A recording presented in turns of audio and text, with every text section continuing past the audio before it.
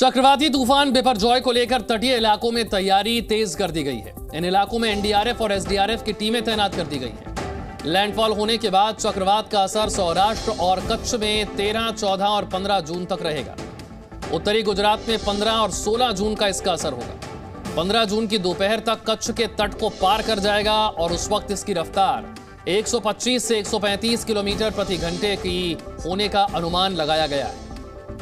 तूफान को लेकर तटीय इलाकों में तैयारी बढ़ा दी गई है। सौराष्ट्र और कच्छ में 3 दिनों तक इसका असर रह सकता है। गुजरात और केरल के तटीय इलाकों पर इसे लेकर अलर्ट जारी कर दिया गया है। बिपरजॉय का खतरा है और नवसारी में समंदर उफान पर है। साइक्लोन बिपरजॉय अभी सेंट्रल अरेबियन सी में एक एक्सट्रीमली सीवियर साइक्लोन स्टॉर्म जैसे केंद्रीभूत है। पोरबंदर से लगभग 450 किलोमीटर दूरी पे ये जो विंड स्पीड है ये एक वेरी सीवियर साइक्लोन स्टॉर्म का विंड स्पीड है। सो इसकी वजह से जो समुंदर है, यहाँ समुद्र अशांत है। समुद्र में जो वेव जनरेट हो रहा है इसका हाइट लगभग 10 से 14 मीटर है।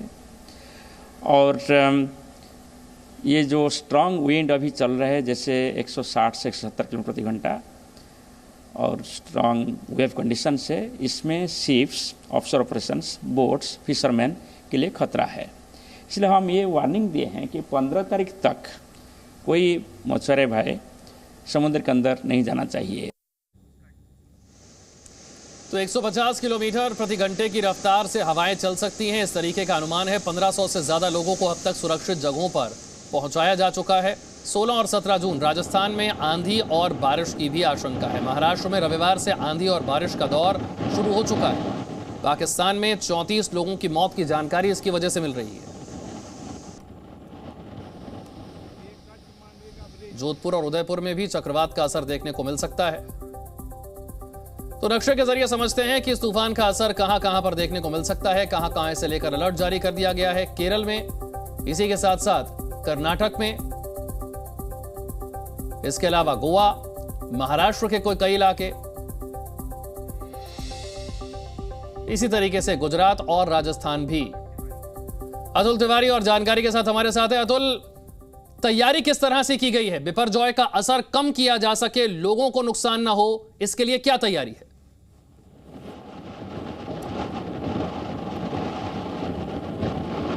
देखिए, पिछले 2 दिनों से गुजरात सरकार की बात की जाए तो बैठकों का दौर जो है वो गांधीनगर में चल रहा है। जो भी तटीय इलाके हैं गुजरात के, खास करके वहाँ के कलेक्टर्स और जो पुलिस के आला अधिकारी हैं उनके साथ भी बैठक ऑनलाइन की जा रही है। और हॉस्पिटल्स की अगर बात की जाए तो सीएचसी और पीएचसी सेंटर्स हैं, वहाँ पे भी जो दवाइयाँ हैं उसका स्टॉक करने के आदेश जो भी हैं वो दे दिए गए हैं। मैं मेरे पीछे की तरफ के दृश्य आपको दिखाऊंगा। सोमनाथ की ये दृश्य है।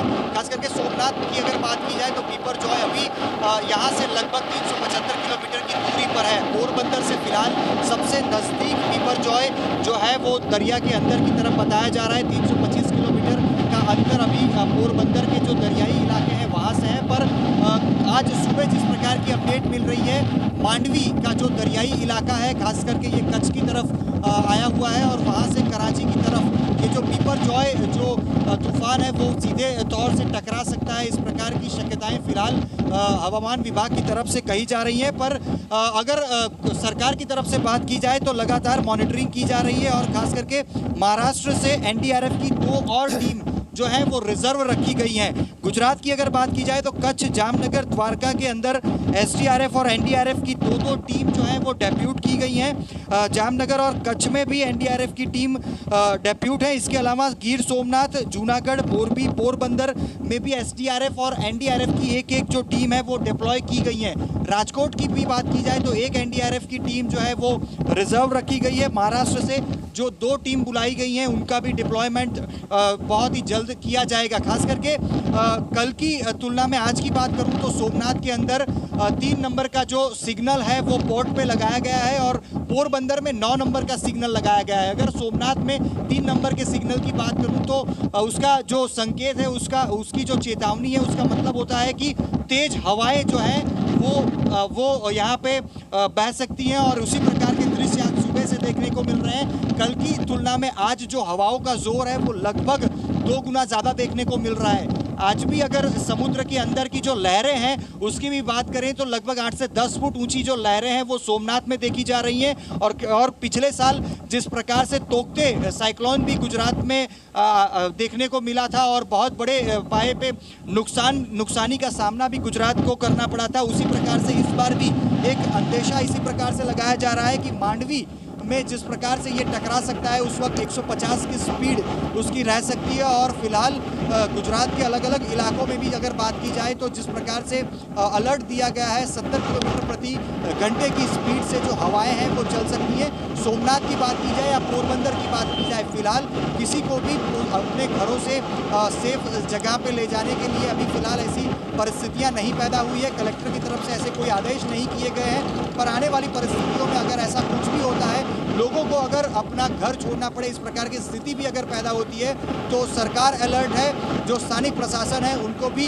अलर्ट पे रखा गया है। पर फिलहाल ऐसे कोई जान हानि के समाचार फिलहाल नहीं है। तेज हवाएं जो है वो दरियाई इलाके जो है सोमनाथ से लेकर पोरबंदर से लेकर द्वारका तक देखी जा रही है। द्वारका की भी अगर बात की जाए तो लगभग 450 किलोमीटर की दूरी पर ये साइक्लोन अभी है और 14 तारीख के आसपास ये साइक्लोन जो है अपनी जो गति है और भी बढ़ाएगा और भी गुजरात के जो तटीय इलाके हैं उसके करीब आ सकता है। पर फिलहाल कहा जा सकता है कि सोमनाथ के अंदर की अगर बात करूँ तो तेज हवाएं हैं, पर फिलहाल परिस्थितियां और रेजिडेंशियल इलाकों की भी बात करूं तो परिस्थितियां जो है वो कंट्रोल में है। समयांतर जो बूंदाबांदी है वो सोमनाथ और पोरबंदर के इलाकों में देखी जा रही है। जो साइक्लोन के जो इफेक्ट होते हैं, खास करके तेज बारिश होना, जो पेड़ है हमने भूतकाल में भी देखा है कि पेड़ धराशायी हो जाते हैं, ऐसी स्थिति फिलहाल गुजरात के अंदर देखने को नहीं मिल रही है। पर जो द्वारका के इलाके हैं, कुछ ग्राम्य विस्तार हैं, कुछ ग्राम्य इलाके हैं जहाँ से कुछ लोगों का जो स्थलांतरण है वो कराया गया है। जी, कब तक तट से टकरा सकता है और आने वाले कितने दिनों तक असर रह सकता है इस तूफान का?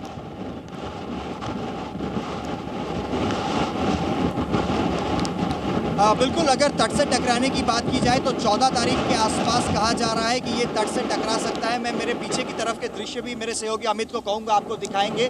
जिस तरह से लहरें अभी उफान ले रही हैं उस तरह से ये अभी भी जैसे जैसे दिन आगे बढ़ेगा उस प्रकार से अभी भी ये जो लहरें हैं इनका जोर अभी भी बढ़ेगा। और ख़ास करके जिस प्रकार से अभी प्रेडिक्शन किया गया है, ये 14 तारीख के आसपास दोपहर के बाद और खास करके 15 तारीख को ये सीधा मांडवी के तरफ ये टकरा सकता है और मांडवी के ऊपर की तरफ कराची जो है उसके बीच में ये साइक्लोन टकराए, इस प्रकार की फिलहाल परिस्थितियां हैं। हालांकि पिछले 2 या 3 दिन में बात की जाए, 2 दिन के पहले बात इस तरह की थी कि कराची की तरफ ये साइक्लोन जो है वो चला जाएगा। इसकी इफेक्ट गुजरात के जो दरियाई इलाके हैं वहाँ पे देखी जा सकती हैं। पर कल सुबह से साइक्लोन ने अपनी जो दिशा है वो बदली है और जो बदली हुई दिशा है उस हिसाब से कल द्वारका की तरफ ये टकराए, इस प्रकार की स्थिति बनी हुई थी, जो कि अभी फिलहाल द्वारका से थोड़ा ऊपर की तरफ यानी कि मांडवी की तरफ ये 14 और 15 तारीख के आसपास टकरा सकता है। इस प्रकार की स्थितियां हैं और जब भी ये टकराता है उसके 2 दिन तक इसके जो इफेक्ट्स हैं, खास करके तेज बारिश होना, तेज हवाओं का बहना और नुकसानी की भी बात की जाए तो जो आसपास के जो इलाके होते हैं वहाँ पे भी किसानों को भी नुकसान होता है। उसी के अलावा अगर बात की जाए तो मैं अभी भी दृश्य में दिखाऊंगा कि जो पोर्ट है, वेरावल पोर्ट के ये दृश्य हैं और वेरावल पोर्ट की अगर बात की जाए तो जो भी बोट हैं वो लगभग 1 महीने पहले से ही जो हैं वो पोर्ट पे लौट चुकी हैं, क्योंकि बान पीरियड 31 मई से शुरू होता है।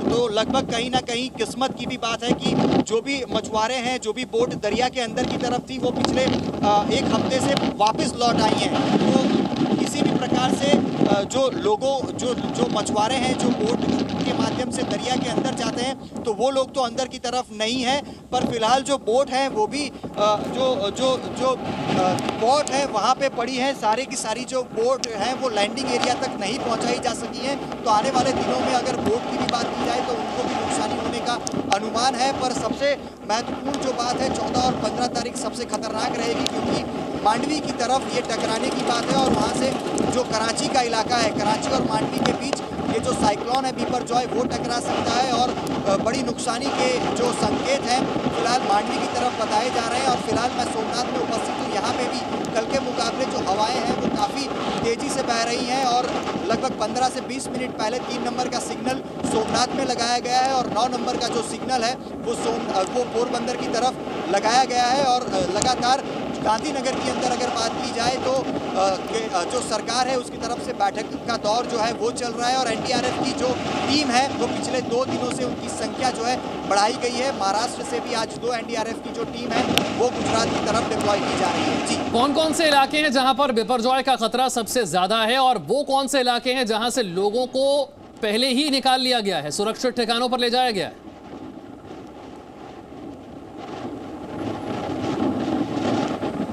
बिल्कुल, अगर जो बिपरजॉय की जो टकराने की जो शक्यताएं हैं वो मांडवी की तरफ है और मैं अगर बात करूं तो फिलहाल मैं गिर सोमनाथ में उपस्थित हूं और सोमनाथ के ऊपर की तरफ पोरबंदर आया हुआ है और पोरबंदर के ऊपर की तरफ द्वारका, और द्वारका से थोड़ा हम ऊपर जाते हैं तो वहाँ पे मांडवी आया हुआ है। तो ये सारे इलाके हैं, खास करके अगर बात की जाए तो सोमनाथ जहाँ पे अभी इफेक्ट देखी जा रही है, जहाँ पे मैं उपस्थित हूँ यहाँ पे तेज हवाएं बह रही है। 3 नंबर का सिग्नल लगा दिया गया है, अभी 15 मिनट पहले 2 नंबर का सिग्नल लगाया गया था जिसमें बदलाव भी आ चुका है। और खास करके ऊपर की तरफ पोरबंदर की बात करूँ तो फिलहाल जो साइक्लोन जहाँ से अभी जहाँ तक पहुँच चुका है समुद्र के अंदर, सबसे नज़दीकी इलाका पोरबंदर है। पोरबंदर से लगभग 350 किलोमीटर की दूरी है और उसके बिल्कुल ऊपर की तरफ अगर बात की जाए तो द्वारका है और द्वारका से ऊपर अगर हम जाते हैं जो दरियाई इलाका है तो वहाँ पे मांडवी है।